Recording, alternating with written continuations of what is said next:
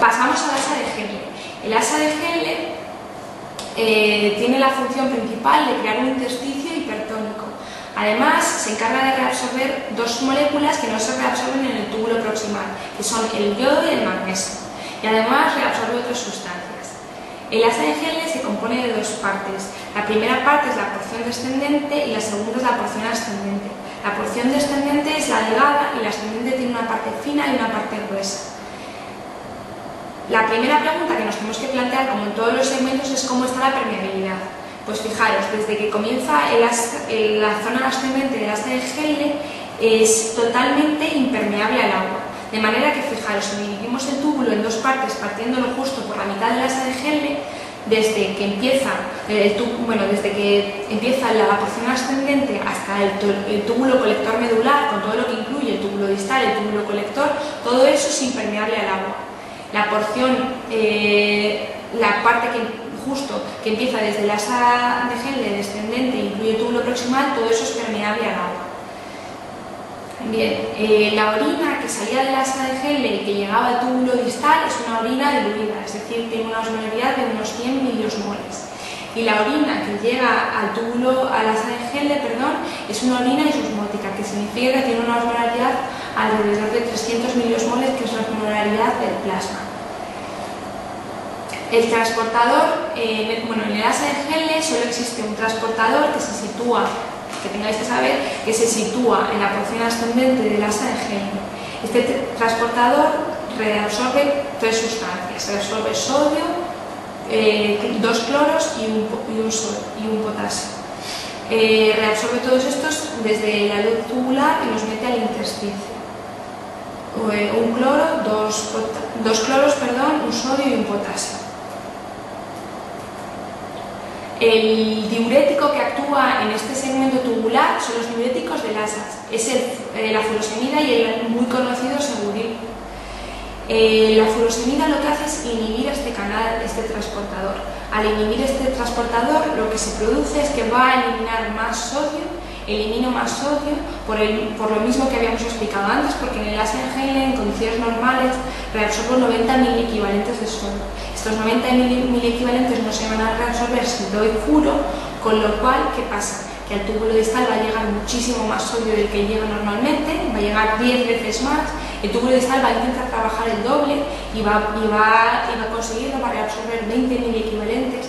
Pero eso significa que a mi túbulo colector cortical van a pasar 80 miliequivalentes en vez de 1, y aunque este se ponga a trabajar a tope, es solo capaz de reabsorber 2 miliequivalentes, y al final voy a eliminar 78 miliequivalentes, que fijaros que es muchísimo más, 80 veces más que lo que elimino de forma normal. Así que mi furosemida va a producir que elimine más sodio en orina y va a bajarme la tensión arterial. Este sodio que va a pasar a mi túbulo distal se va a intercambiar con mucho calcio y voy a tener hipercalciuria. De hecho, una reacción adversa de la furosemida es hipercalciuria y litiasis renales. Vale, también va a pasar mucho más sodio a mi túbulo colector cortical.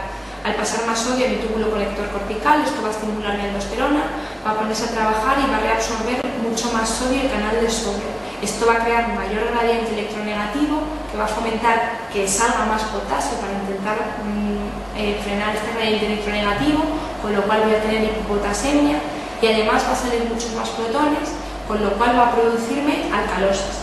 En consecuencia, resumiendo, la furosemida lo que hace es producir hipotensión, hipopotasemia, alcalosis y hipercalciuria. El síndrome que se produce en este segmento es el síndrome de Bartter. El síndrome de Bartter es una enfermedad hereditaria, es un trastorno autosómico recesivo, que lo que hace es que este transportador de dos cloros, un sodio y un potasio quede inhibido, actúa como si fuera una furosemida. En consecuencia, pues voy a perder mucho más sodio, voy a tener una tensión arterial bastante baja, voy a intercambiar más sodio con el calcio en el túbulo distal, luego voy a tener hipercalciuria, incluso tengo nefrocalcinosis, calcificaciones renales patológicas, litiasis renal, y además va a pasar también más sodio en mi túbulo colector cortical. En consecuencia voy a estimular mi sistema renina-angiotensina-aldosterona, que lo que van a hacer es aumentar la reabsorción de sodio en el túbulo colector cortical, que aumentará mi gradiente negativo. En consecuencia de este gradiente negativo intratubular, lo que va a fomentar es la salida del potasio. Voy a tener hipopotasemia y a su vez este gradiente negativo, como siempre, también va a estimular la salida de los protones y voy a tener alcalosis. Alcalosis, hipopotasemia y disminución de la tensión arterial. Además, como cosa curiosa, fijaros que os había dicho que en el túbulo, que en el asa de Henle se reabsorben dos moléculas que no se reabsorben en el túbulo proximal. Entre ellas está el magnesio. Por eso el síndrome de Bartter se asocia a hipomagnesemia. Bueno, así resumiendo las tubulopatías, estas alcalosis que tenéis que diferenciar, fijaros, el síndrome de Liddle la vais a saber diferenciar muy bien porque es la única que cursa con hipertensión arterial.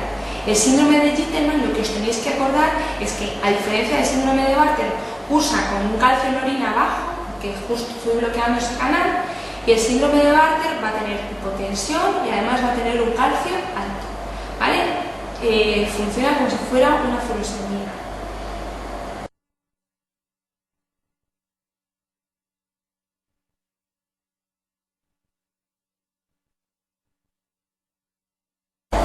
Vamos ahora con las dos preguntas, las dos cosas que os dejé sin explicar cuando empezamos el túbulo colector medular. La primera de ellas os dije que me teníais que creer que la orina que llega al túbulo colector medular es una orina que está muy diluida. Y ahora vamos a ver por qué. Fijaros, es muy fácil. A partir del comienzo del asa ascendente de Henle, desde ahí ya no puedo reabsorber nada de agua. Entonces, fijaros, para un mismo volumen de agua voy reabsorbiendo un montón de solutos. Y al reabsorber un montón de solutos, ¿qué es lo que pasa? Que tengo la misma cantidad de agua para menos solutos. Bien, se diluye, orina diluida. Esto era fácil, ¿no? Bien, la segunda pregunta que dejé sin explicar y que os dije que me tenéis que creer es que el intersticio era muy hipertónico. Y es más hipertónico cuanto más distal, cuanto más cercano a la papila renal se encuentra. Es decir, cuanto más profundo. Y esto se explica gracias al mecanismo contracorriente.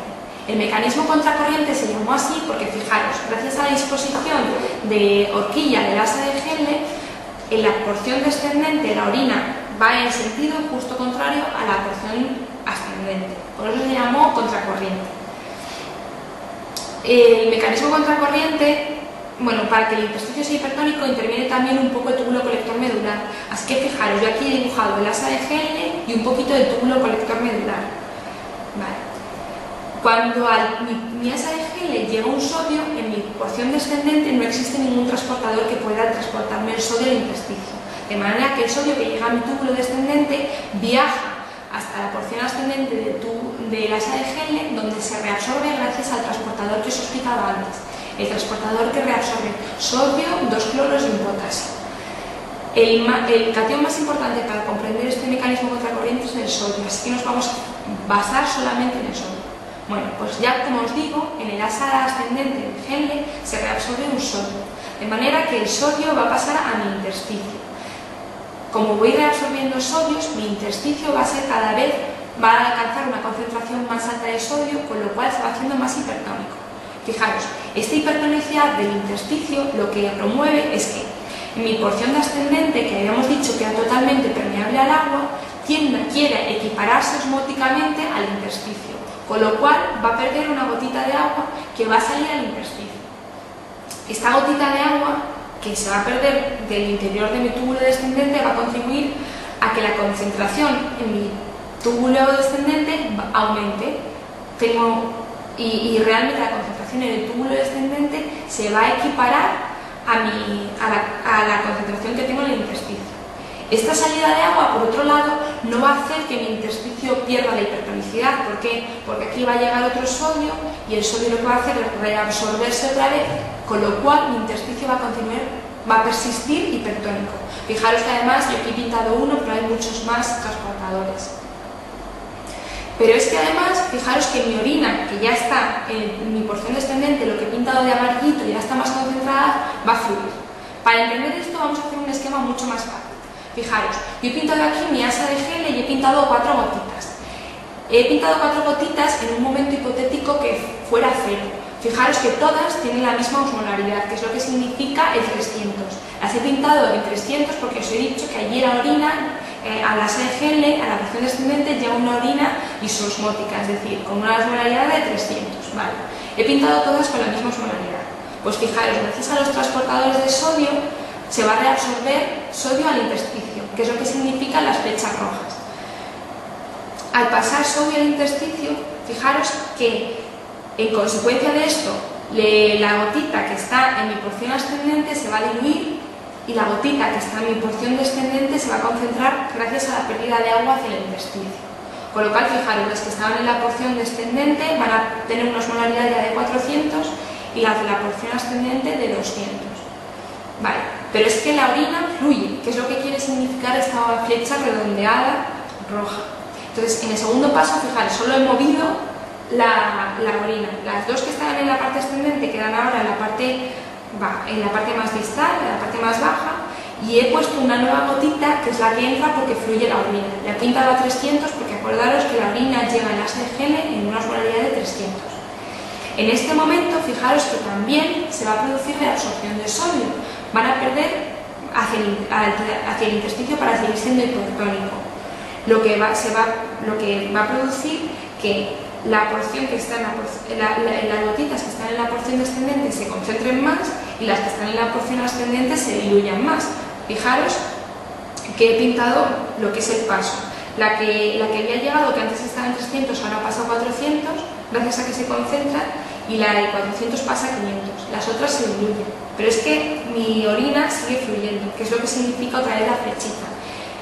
Fijaros que en este momento ya llega otra nueva gotita, que es lo que he querido significar con la gotita de verde, de orina, y esto significa que por un lado, fijaros que cuanto más distal está, cuanto más distal, más próximo a lo que es la horquilla de la SGL, estoy más hipertónico, en consecuencia de que la orina va fluyendo y que sigue persistiendo el mecanismo de reabsorción del sodio, y mi intersticio va a ser hipertónico.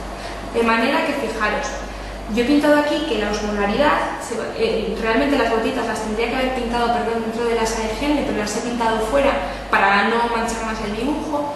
Pero fijaros, conforme se va acercando más a la papila renal, se va haciendo más hipertónico, y conforme va ascendiendo por la SGL, al reabsorber solutos y no poder reabsorber agua, se va diluyendo. De manera que la orina que saldrá de mi SGL será una orina diluida y estará más concentrada cuanto más próxima a la papila. Llega a unas concentraciones en torno a 1200.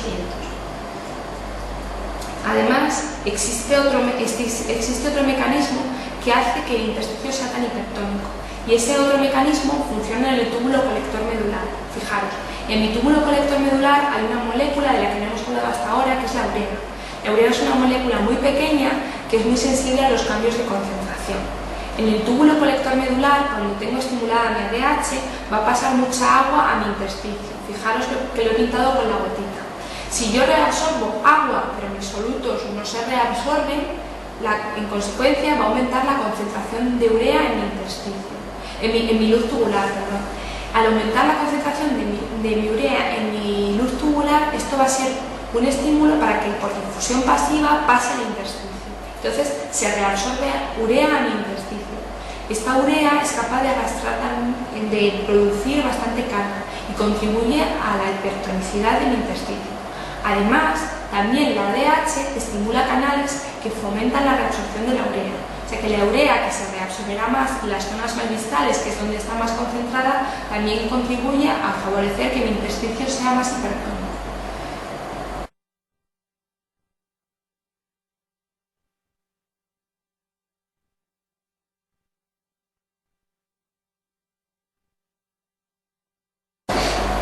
Bueno, para intentar entender un poquito esto más, vamos con una pregunta que apareció en el MIR del 2000 y 2001 de familia. La leo. De entre los siguientes fármacos, ¿cuál es el que produce hiponatremia con más frecuencia? Y nos dan 5 opciones, entre las cuales hay 3 que son descartables de entrada, que es la digital, la prednisona y la penicilina, y nos quedaría la duda las 2 que son las que tendríamos que discutir, la furosemida y las tiazidas. Fijaros, para entender esta pregunta nos tenemos que imaginar que una persona que no necesita un diurético va y se lo toma, por ejemplo, una anoréxica. Una persona que no necesita un diurético y se lo toma, como consecuencia de tomar este diurético va a aumentar su osmolaridad plasmática. Eso es un estímulo, como ya hemos visto, para que se libere ADH. La ADH lo que va a hacer es que las acuaporinas estén abiertas. Al estar las acuaporinas abiertas, esto lo que produce es que permanezcan abiertas y que se pueda reabsorber líquido. El problema es que cuando yo doy una furosemida, hemos dicho que la furosemida inhibe ese canal que reabsorbía el sodio, el cloro y el potasio. Consecuencia de la inhibición de este canal, fijaros que lo que inhibe es el mecanismo contracorriente, inhibe que el intersticio sea tan hipertónico. Es decir, que si yo doy a una persona una furosemida, el intersticio no va a ser tan hipertónico. En cambio, si doy una tiacida, como la tiacida no interviene para nada con el mecanismo contracorriente, el intersticio va a seguir siendo lo hipertónico que era en condiciones normales. De manera que cuando yo doy a una persona una furosemida, aunque están abiertas esas acuaporinas, no se va a poder reabsorber mucho volumen de agua. ¿Por qué? Porque la orina, que está muy diluida, no se va a enfrentar a un intersticio tan hipertónico, es decir, no tiene el intersticio tanta necesidad de chupar agua y no va a reabsorber tanta agua. En consecuencia, voy a aumentar el volumen de orina que voy a perder. Se va a disminuir voy a perder muchísimo volumen de agua y además con una osmolaridad de orina baja, porque no voy a ser capaz de reabsorber casi nada.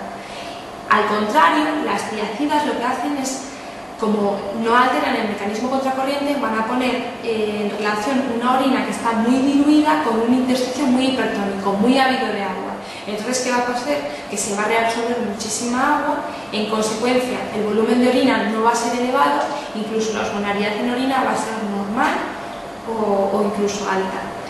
Lo que nos tiene que quedar con esto claro es que las tiacidas retienen más agua que sodio, de manera que producen hiponatremia, porque yo para una misma concentración de sodio retengo más agua, es un volumen diluido, entonces por eso tengo hiponatremia. La furosemida no produce hiponatremia porque me produce pérdida de muchísima agua, y al perder mucha agua, mi sodio en plasma nunca se va a concentrar porque voy a perder más agua que sodio, incluso tendería a aumentar mi sodio plasmático.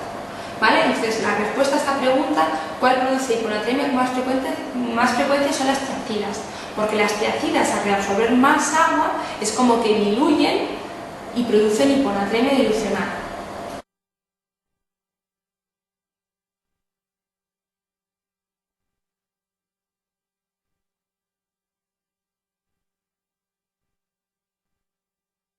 Aprovechando ahora la sala de Henle, vamos a hablar de las enfermedades tubulointersticiales. Las enfermedades tubulointersticiales son aquellas que tienen lesión en el intersticio, que es la médula, es decir, que van a afectar a la función de la sala de Henle y del túbulo colector medular. Si yo tengo alterada la médula, eso significa que no funciona mi mecanismo contracorriente, y al no funcionar mi mecanismo contracorriente, mi intersticio no es todo lo hipertónico que debería. Al no ser mi intersticio lo hipertónico que debería, no puedo reabsorber esa orina diluida que acabo eliminando. Tengo alto volumen de orina, que es lo que conocemos como poliuria, además orino más por la noche, que es lo que conocemos como nocturia, y como consecuencia de que estoy orinando mucho más volumen del que debo, voy a tener mucha sed, que es polipipsia. Enfermedades tubulointersticiales pueden producirla muchas cosas, entre ellas las infecciones, los tóxicos, las neoplasias, la hipersensibilidad, la alergia, que es la que vamos a hablar ahora porque es la que más frecuente se ha preguntado, las enfermedades vasculares y las enfermedades hereditarias. Bueno, vamos a centrarnos en la nefritis tubulointersticial inmunolérgica, que en realidad es como una alergia renal. Se suele producir en la segunda exposición a un fármaco y me lo suelen preguntar normalmente como una persona que está tomando un antibiótico por una faringitis, y me lo pregunta como una faringitis para intentar liarme con las faringitis, que son las que producen la mesangial y la endocapilar, las glomerulonefritis. Me la intentan poner ahí, me intentan hablar de una faringitis para intentar liarme con una enfermedad glomerular. Bueno, me suelen hablar de una persona que ha tomado el fármaco y que antes de tomar el fármaco tenía una fiebre muy alta, y que después de tomar el fármaco ha persistido con fiebre aunque ya más baja. Es una febrícula, es la primera característica. La segunda es que las enfermedades tubulointersticiales, al ser una alergia, suelen producir un rasgo cutáneo. Aparecen manchas en cualquier lado del cuerpo, pero suelen no afectar a las palmas y a las plantas. Además, la tercera característica clásica de las tubulointersticiales inmunolérgicas es que producen eosinofilia. Este es un dato muy importante de cara al examen, porque solo existen tres cosas que pueden producirme eosinofilia en nefro. La primera de ellas es el embolismo de la arteria renal. La segunda son las vasculitis, en concreto a la cabeza, el Churg-Strauss y la PAN. Y la última es la tubulointersticial inmunoalérgica.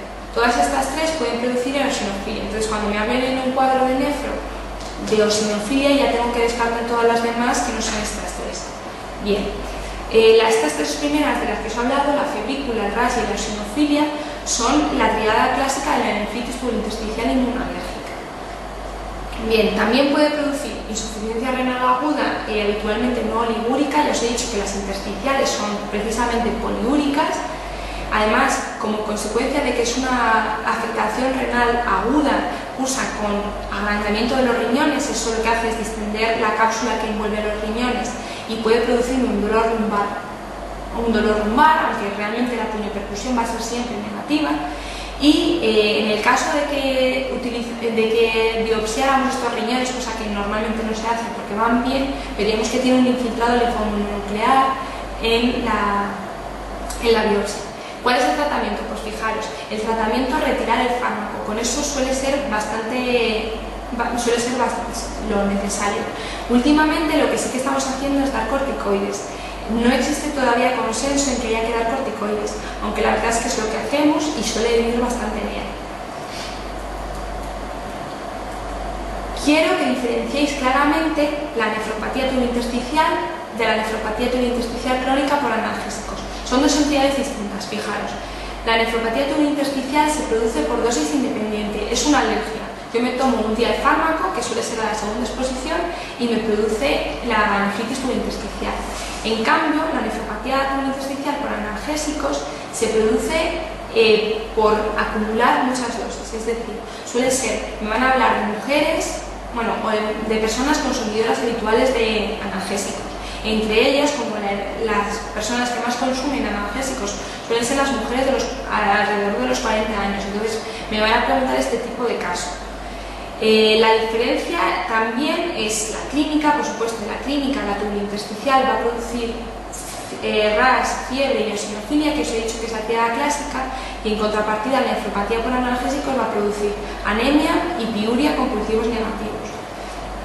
Además, los fármacos que producen una y la otra son muy distintos. La nefropatía tubulointersticial inmunolérgica suele ser por antibióticos beta-lactámicos, rifampicina, quinolonas y también por AINES. Y la nefropatía tubulointersticial por analgésicos pues es por paracetamol y por aspirinas.